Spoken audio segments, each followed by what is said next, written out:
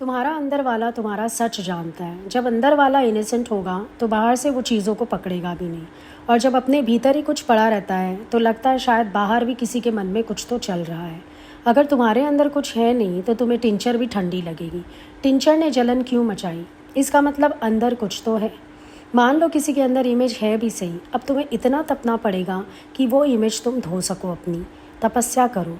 अगर हमें सोने की रिंग गला के नहीं बनवानी है तो पहले सोना गलेगा, सारे खोट से अलग होगा, तरल हो जाएगा, फिर उसको नए रूप में ढाला जा सकेगा। ढालने के लिए भी छेनी हथौड़ी सब खाएगा और उसके बाद जाकर कहीं सुंदर रूप ले पाएगा। इसी प्रकार से हम जो पुराने हैं, हमको भी अपने आप को नया करने के लिए बहुत मिटना पड़ेगा।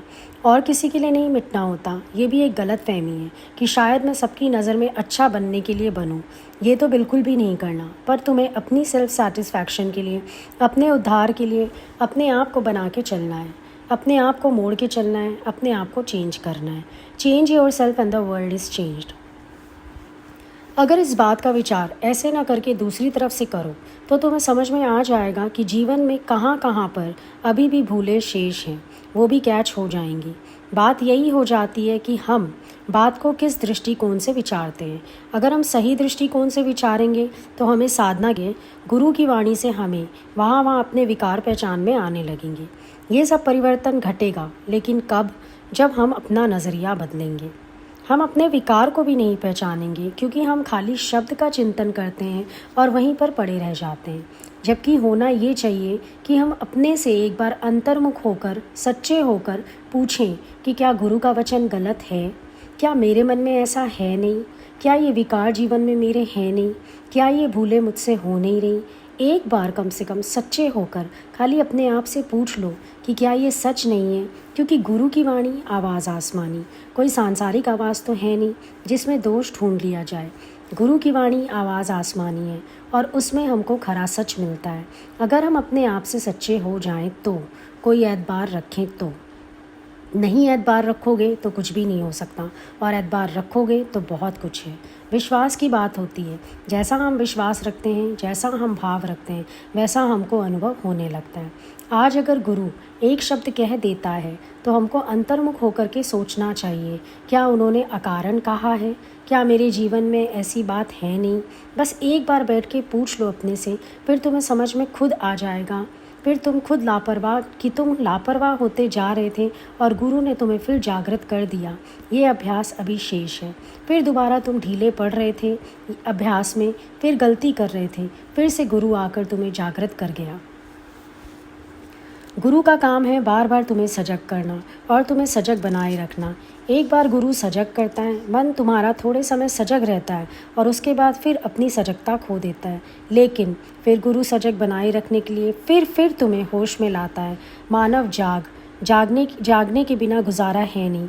तुम्हें जागना पड़ेगा, होश में आना पड़ेगा, अपने अंदर जागृति तो लानी होगी, तभी बात बनेगी। ये मार्ग भी ऐसा है, चलते चलते कब गफलत आ जाती है, चलते चलते कब इंसान ओवर कॉन्फिडेंट हो जाता है, कुछ कह नहीं सकते। मालूम नहीं पड़ता किस दिशा में आप निकल लेते हो। आपको खुद ही नहीं मालूम पड़ता कब मन आपसे घोड़ा छुड़ा के और गधा बांध के ले जाता है। आप उसी को घोड़ा समझ के प्यार करते रहते हो, बाद में पता चलता है ये मन गधा बांध के चला गया। इसीलिए इस मन से अंत तक सावधान रहना पड़ता है, होशियार रहना पड़ता है, जागृत रहना पड़ता है, केयरफुल रहना पड़ता है। ऐसे बात नहीं बनती। अभी सत्संग सुन के आपको गंभीर होने को भी कहा जाता है। अब गंभीरता में कई लोग सारा दिन मुंह बना के निराश परेशान ऐसे घूमते रहते हैं जैसे पता नहीं इनका क्या लूट गया हो, और कभी चंचलता में आ जाते हैं, धैर्य खो देते हैं, संयम खो देते हैं। जबकि ज्ञान का अर्थ है बैलेंस। अब जहाँ डिसबैलेंसिंग आएगी, गुरु तुम्हें वहीं पकड़ेगा कि ये डिसबैलेंसिंग क्यों आ रही है। तुम इधर ज़्यादा झुके तो क्यों झुके, और तुम उधर ज़्यादा झुके तो क्यों झुके। बहुत चंचलता में आ जाओगे, रजोगुणी हो जाओगे तो भी गुरु तुम्हें पकड़ेगा, और बहुत अधिक ऐसे उदास, मायूस, निराश बन जाओगे तो भी गुरु तुम्हें पकड़ेगा। क्योंकि गुरु का काम है तुम्हें स्थिर चित्त करना, बैलेंस करना। संतुलन होना चाहिए तुम्हारे जीवन में। असंतुलन ज्ञान नहीं है, संतुलन ज्ञान है। और मेन चीज़ देखने वाली ये है कि अभी भी तुम्हें मन कितना चलाता है, मन कितनी सलाहें देता है, मन कितनी हरकतें कराता है। तो जितना तुम मन के अधीन हो तो तुम फिर मनमुखी हुए ना, गुरुमुख तो नहीं हुए।